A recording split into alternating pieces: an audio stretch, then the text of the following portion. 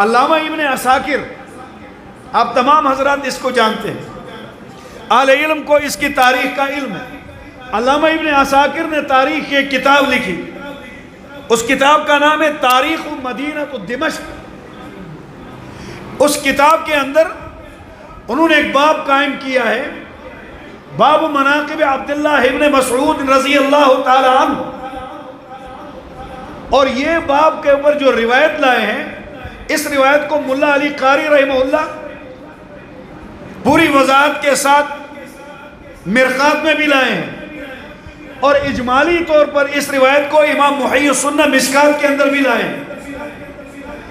علامہ ابن عساکر پوری تفصیل کے ساتھ لائے کہ سرکار دو عالم صلی اللہ علیہ وسلم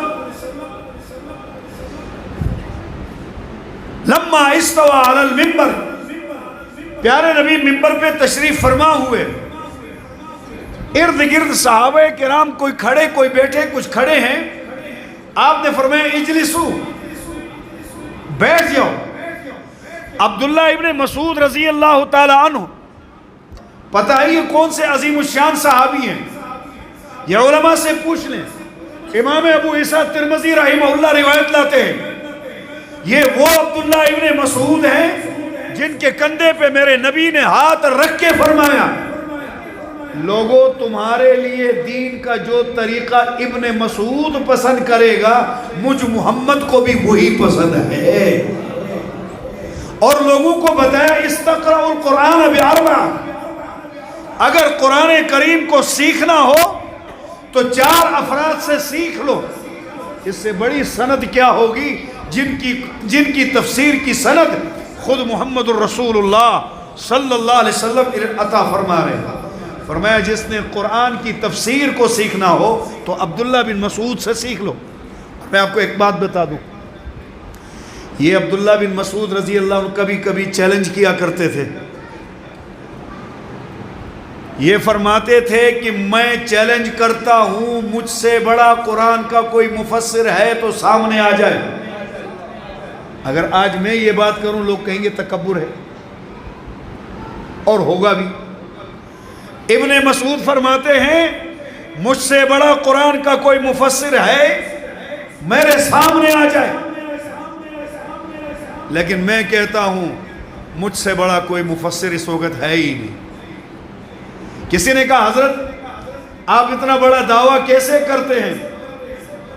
اگر کوئی نکل آیا آپ سے بڑا، پھر عجیب بات کی، اور میں مجھ سے جو بھی بڑا مفسر نکل آئے گا میں اس سے پوچھوں گا پہلے اپنا استاد بتاؤ تو نے تفسیر پڑھی کس سے ہے؟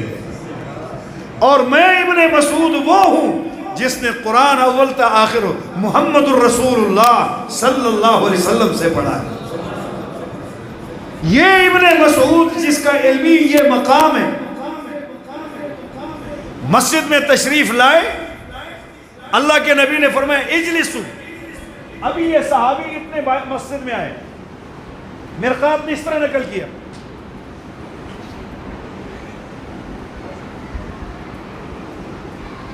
حضور نے فرمایا اجلسو، بیٹھ جاؤ، یہ کسی طرح بیٹھ جاؤ۔ میں آپ کو نقل اتار کے اس لیے بتا رہا ہوں، حدیث کی تشریحات شروحات میں اسی طرح۔ ابھی یہ صحابی حضور ارشاد فرما رہے ہیں اجلسو، یہ مسجد کے اندر جو کھڑے ہیں ان کو فرما رہے ہیں۔ ابن مسعود مسجد میں داخل ہو رہے ہیں، ابھی دایاں پیر داخل کیے، یہ اس وقت کی بات ہے جب مسجد نبوی کے ساتھ بکریوں کے ریوڑ ہوا کرتے تھے۔ جب کہا اجلسو، ایک پیر اندر ہے، علماء بیٹھے ہیں، یہ کوئی رکن کی مخالفت نہیں اگر دوسرا اندر لائے، لیکن ادب اور محبت کا یہ عالم ہے، یہ ایک اندر لایا، صرف انداز دیکھیں، اگر میرا جیسا گناہگار اگر اس طرح بیٹھے تو ایسی شکل بنتی ہے۔ 1400 سال پہلے منبر پہ آقا ہوں، سامنے غلام یوں بیٹھا ہو، کیسا سوال؟ اور میں اجلسو، بیٹھ گئے، اپنے گھوڑے پر ہیں، دوسرا پیر کھڑا ہے۔ تو خطبے کے دوران باتیں کرنا منع ہے، حدیث پاک موجود ہے، لیکن محدثین کہتے ہیں کہ اللہ کے نبی نے یہاں کیا کہا؟ یا عبداللہ ابن مسعود، اے عبداللہ بن مسعود ایسے بیٹھے کیوں؟ کہ یا رسول اللہ اندر آ رہا تھا، آپ کی آواز آئی بیٹھ جاؤ، آپ کے منہ مبارک سے نکلے بیٹھ جاؤ۔ ابن مسعود کی کیا جرت ہے دوسرا پیر آگے؟ ابن مسعود کی کیا جرت ہے کہ وہ دوسرا پیر آگے کرے؟ تو حضور نے کیا فرمایا؟ یا عبد تعال، یہ مشکات کے الفاظ ہیں، تعال یا عبداللہ ابن مسعود، اندر آؤ اے ابن مسعود۔ خطبہ دے رہے ہیں، وہ اندر آئے۔ مشہور صحابی جس نے قیامت کے دن 4 چیزوں کا علم، 4 چیزوں کا سوال ہوگا، اس روایت کو نقل کرنے والے مشہور صحابی حضرت ابو درداء رضی اللہ تعالیٰ عنہ، حضور خطبہ دے رہے ہیں، میں بار بار آپ کو پوری نقل اتار رہا ہوں۔ حضور خطبہ دے رہے ہیں، ایک کو بلایا، اس خطبے کے دوران دائیں بائیں دیکھنا بھی سنت ہے۔ خطبہ دے رہے ہیں، اس دوران ریوڑ میں دیکھا تو ایک وہاں بیٹھا ہوا ہے۔ بھئی ہم آپ کو پورے نقل سے بتاتے ہیں، ہم نظریہ دینے والے لوگ۔ صحابی حضور خطبہ دیتے ہوئے یوں بولے، ایک ریوڑ میں بیٹھے، کون ہے؟ ابو درداء رضی اللہ تعالیٰ عنہ۔ پاک پیغمبر نے ارشاد فرمایا، ابو درداء تو کہاں بیٹھا ہوا ہے؟ یا رسول اللہ مسجد کی طرف آ رہا تھا، ابھی ریوڑ بکریوں کے بیچ میں تھا، آپ کی مبارک آواز کانوں میں آئی، اجلسو، آپ فرمائیں بیٹھ جائے۔ ابو درداء کی جرت کیا ہے کہ آگے نکل جائے؟ نعرہ تکبیر، شان محمد مصطفیٰ، شان صحابہ۔ آپ نے فرما دیا بیٹھ جاؤ، اب ہم کیا، نہ تو قدم اٹھے نہ آواز اٹھے۔ مجھے نہیں سمجھ میں آتی، یہاں کہتا ہے نبی ہے، پھر گلا پھاڑ کے تقریر بھی کر رہا ہے۔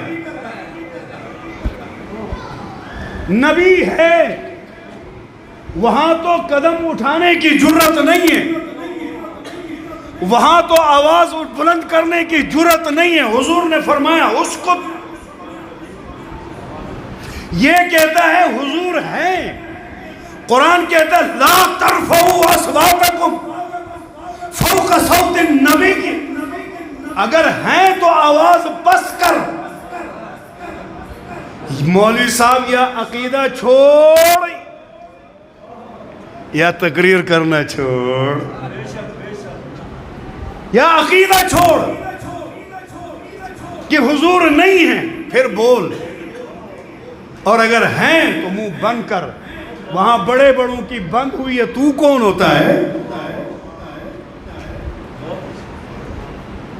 ابو درداء وہاں بیٹھے، یا رسول اللہ آواز آئی بیٹھ جاؤ، بس میں بیٹھ گیا۔ اسی کو شاعر کے لفظوں میں ترجمہ کروں تو اس نے کیا کہا تھا؟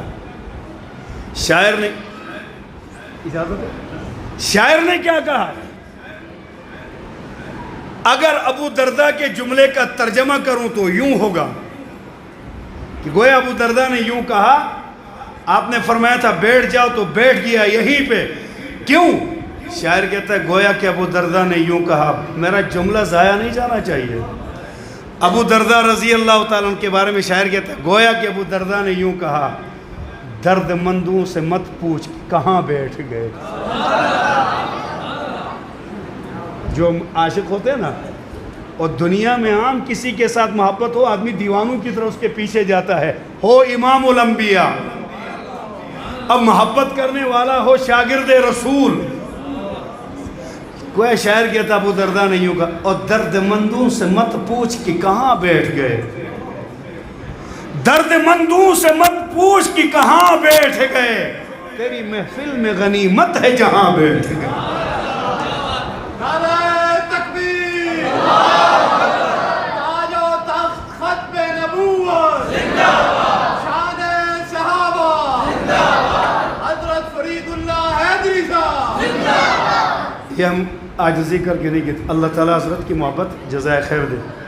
ہمارے استاذ محترم حضرت علامہ علی شیر حیدری رحمہ اللہ فرمایا کرتے تھے مسجد میں یا اللہ کا نعرہ یا اللہ کے نبی کا یا ان مقدس ہستیوں کا جن کے صدقے سے ہمیں کلمہ مل چکا ہے. ماں و شما چیست